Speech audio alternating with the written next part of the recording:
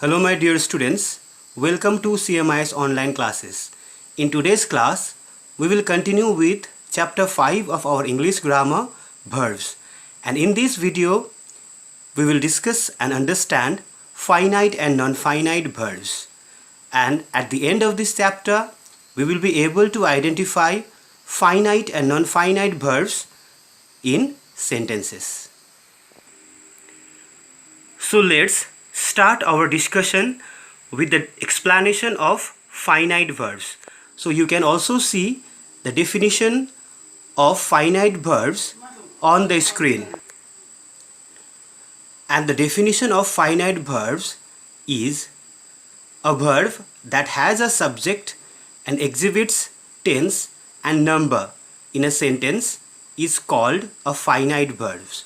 That means that we already know each and every main verb has its own 5 forms, and these 5 forms change according to the change of subject. That means a verb has its subject and changes according to its subject, and also changes according to the change in the number of subject.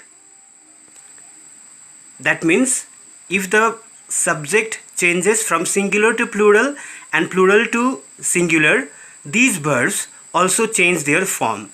And when the verbs also change their forms, when there is change in tense in sentence, then those verbs are called finite verbs.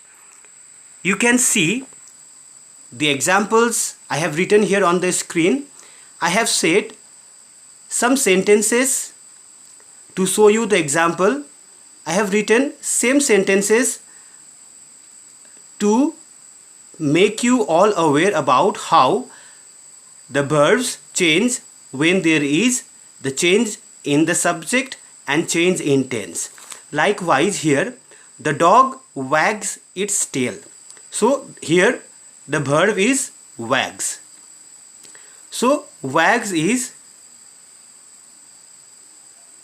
V5 form of the verb, and it is the singular form of the verb. Here the subject, the dog is singular.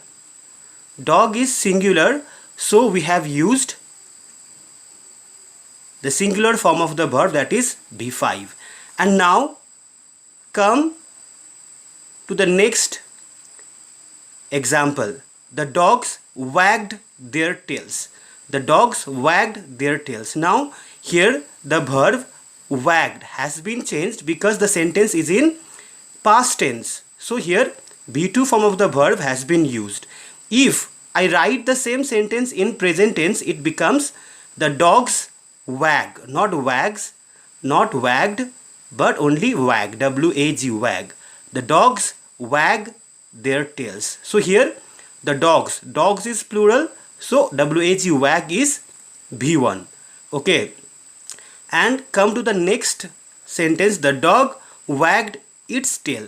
This sentence is also in past tense, and with the change of the tense and tense in sentence and subject of the sentence, here the verbs, the forms of verbs have been changed. Now we come to the next example.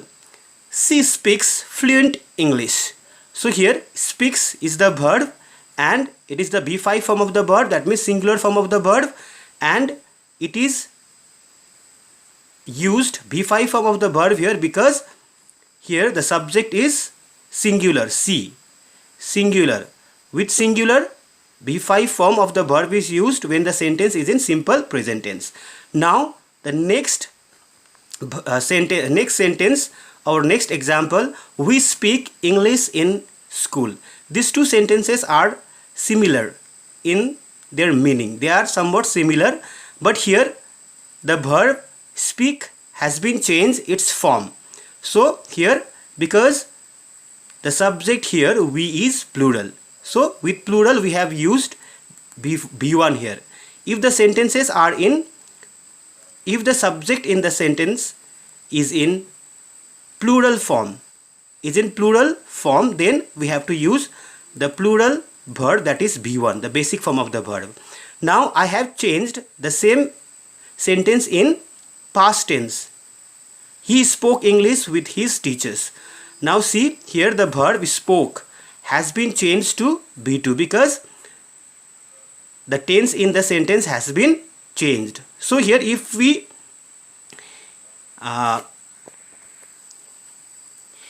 pay our attention, here the forms of verbs have been changed in every subject because there are changes in the number of subjects, and also there is the change of tense also.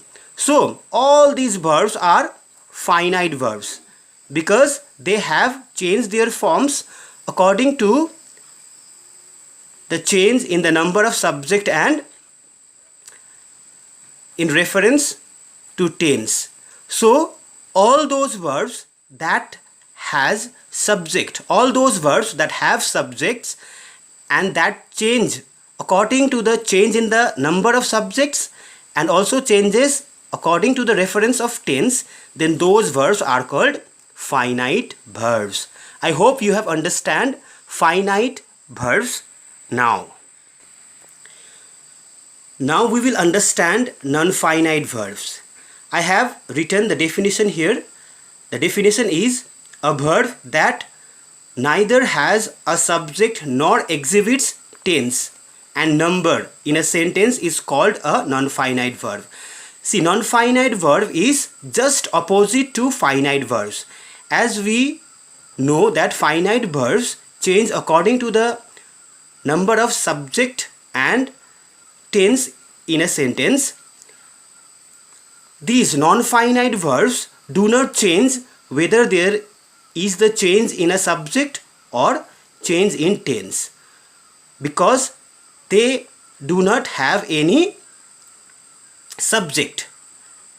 Rather, these non-finite verbs, being verbs, they are used like other parts of speech, like sometimes nouns and sometimes adjectives also, and sometimes as the other parts of the sentences. We can take the help of examples to understand non-finite verbs here, just like I want to become a doctor. See here, I want. This I want is finite verb. Okay, but if you see this verb become, to become, this verb is also this is also a verb, to become. Okay, but this verb will not change whether we change the form of the verb, whether we change the subject, number of subject, or whether there is the change of tense also. These non-finite verbs do not change their form because they have no link with the subject. See, I want to become a doctor. Now if I write the same sentence, if I change the subject here, she wants to become a teacher. Similar sentence, but here when the subject is changed, this verb is changed. She wants. Here want, because with I we always use plural verb be1, and when the subject is changed here, be5 is used.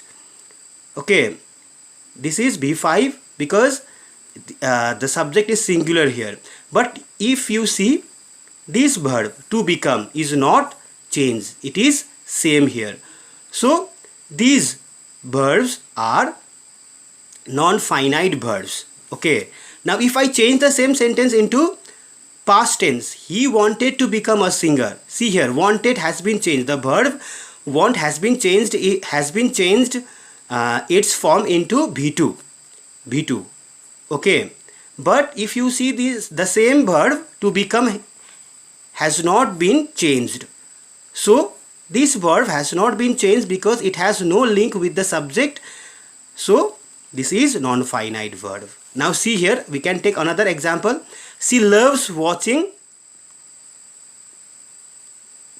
They love watching movies. They love. Here the love is verb and it is finite verb because here the subject is plural, so be1 is used. And watching is also verb, But here, if you see the next example, I have changed subject into singular. Rosie. Rosie loves watching cartoons. Similar sentence. Similar sentences we have, but here with the subject, singular subject, verb has been changed into B5. Singular verb B5. But if you see the same verb here, here also watching, here also watching. So these verbs, this verb has not changed its form in both the sentences. So this verb is a non-finite verb. Now see here, next example, dancing is my hobby. What is my hobby? Dancing. So dancing being a verb, here dancing has been used as the subject of the sentence. We know subject means those nouns or pronouns about which we write the sentence. So here dancing being the verb has used as a noun here. So here being a verb, it has been used as noun, so it is a non-finite verb. See, everyone became happy to see the rising sun. See, everyone became happy. See, became is the finite verb here, because if I change the subject here, this will change. But if you see, to see and rising, these two are also verbs. But this will not change when we change the tense and the subject. These verbs will not change. The rising sun. Rising is also the verb, but here this verb, the before form of the verb rise, rising, has been used as adjective. So it is non-finite verb here. And to see is also the verb, but when we change the subject, it will not change. Okay, now see, to steal is a sin. What is sin? To steal.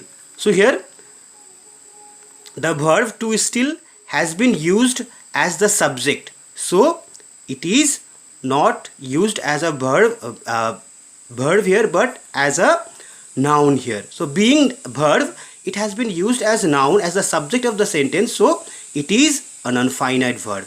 Now in the same sense, it is a bad manner to lie.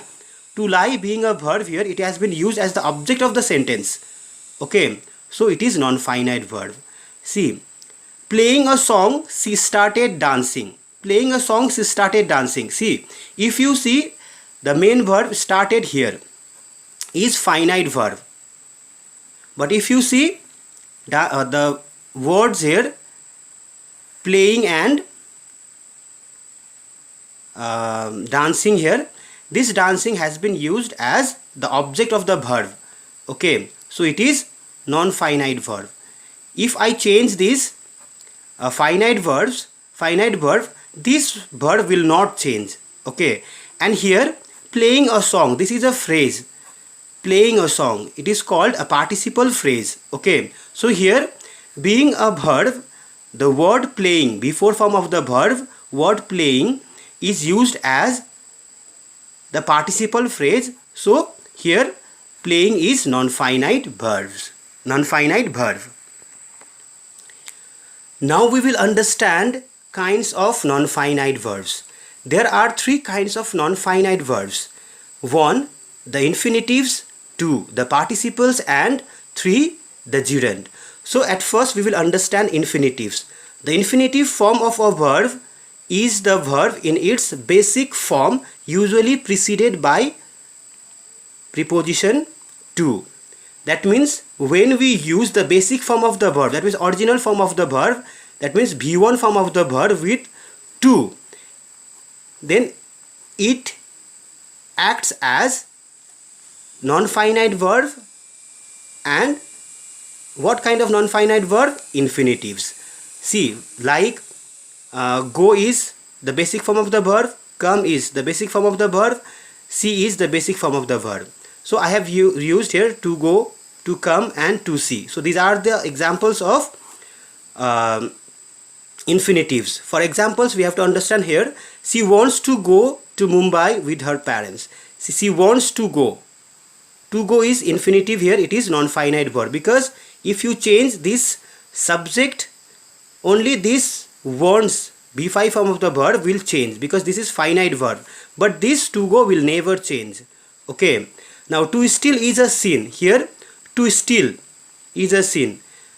So here being a verb, to steal is used as the subject here. So infinitives can be used as the subject or the object in sentences. So here this is non-finite verb, and under non-finite verb it is infinitive. It is a bad manner to lie. To lie is a verb, but being a verb it has been used as the subject, as the object here. So it is non-finite verb and it is infinitive. We hope to win the championship. See, hope is the verb here and it will change if the subject changes, but this verb to win will never change, okay, because it is non-finite verb. And we already know that non-finite verbs do not change whether there is the change in subject and tense. Now let's understand participles, another kind of non-finite verbs. Participles are of two kinds, present participle and past participle. Present participle means before form of the verb. That means when we use ing after the verb, when we add ing after the verbs, they become present participle. And past participle. Past participle means B3 form of the verb. When we add an, en, d, ed, t after the basic form of the verb, then it becomes past participle. So when these present participles and past participle verbs are used as the participle phrase or the participle adjective, they are called non-finite verbs because they don't change their form. See here, we can see some examples here. Picking up a piece of bread, the pigeon flew to the roof. So here, see here, we can see the verb flew here. Flew is the verb. If we change the tenses, there will be the change in this verb only. If we make the changes in subject also, we see the change in this verb flew only because this is finite verb. But if you see picking, this is the before form of the verb, and if you change the sentence, this will not change, okay, because here the verb picking before form of the verb has been used as the participle phrase, okay. So it is non-finite verb. I fed a starving puppy. I fed a starving puppy.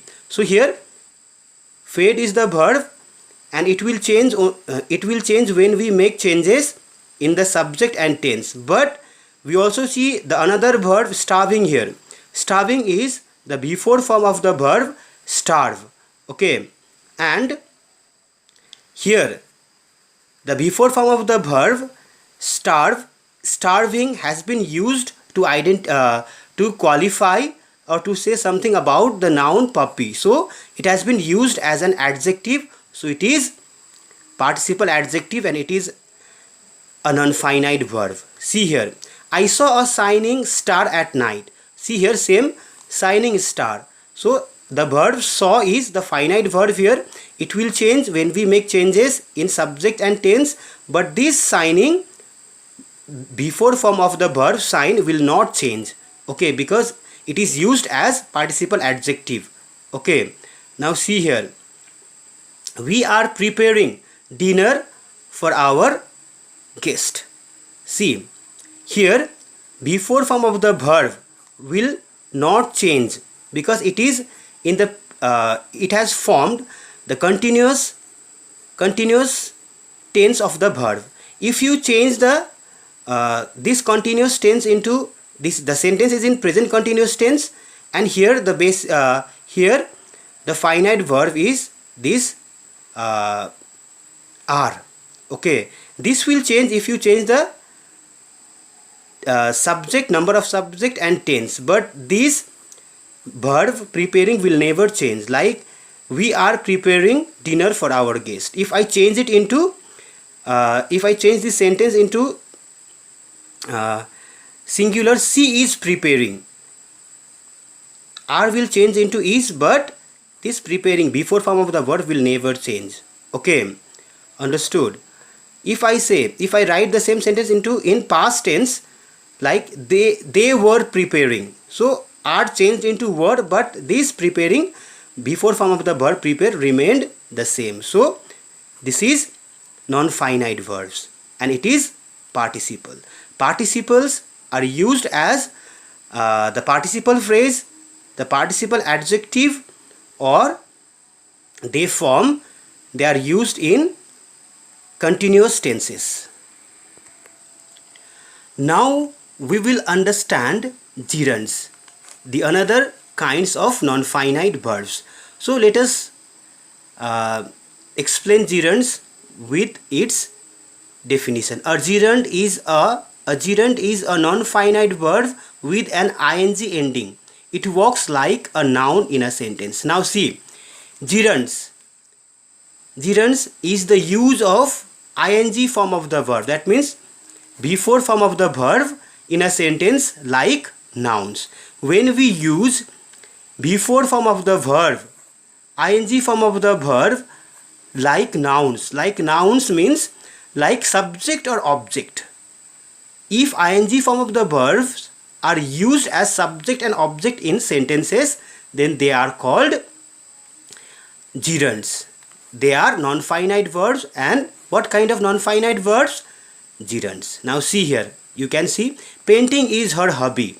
So what is the subject of the sentence? Painting. The sentence tells us about painting.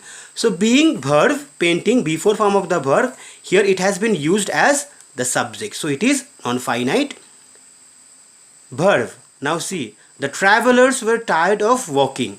So tired of what? Walking. So here were tired of what? Walking. So here walking being before form of the verb, it has been used as the object of the verb tired. Okay, walking is a good exercise. So what is a good exercise? Walking. So here same example, here walking being before form of the verb walk, it has been used as the subject. So it is gerund, a kind of non-finite verb. Now he was praised for his good writing. So he was praised for his good what? Writing. So here writing is the before form of the verb write. So it has been used as an object. So it is gerund, a kind of non-finite verb. I hope this explanation has been enough for you all to understand finite and non-finite verbs, and now you all are able to complete exercises from the book. Thank you so much. This much for today's class.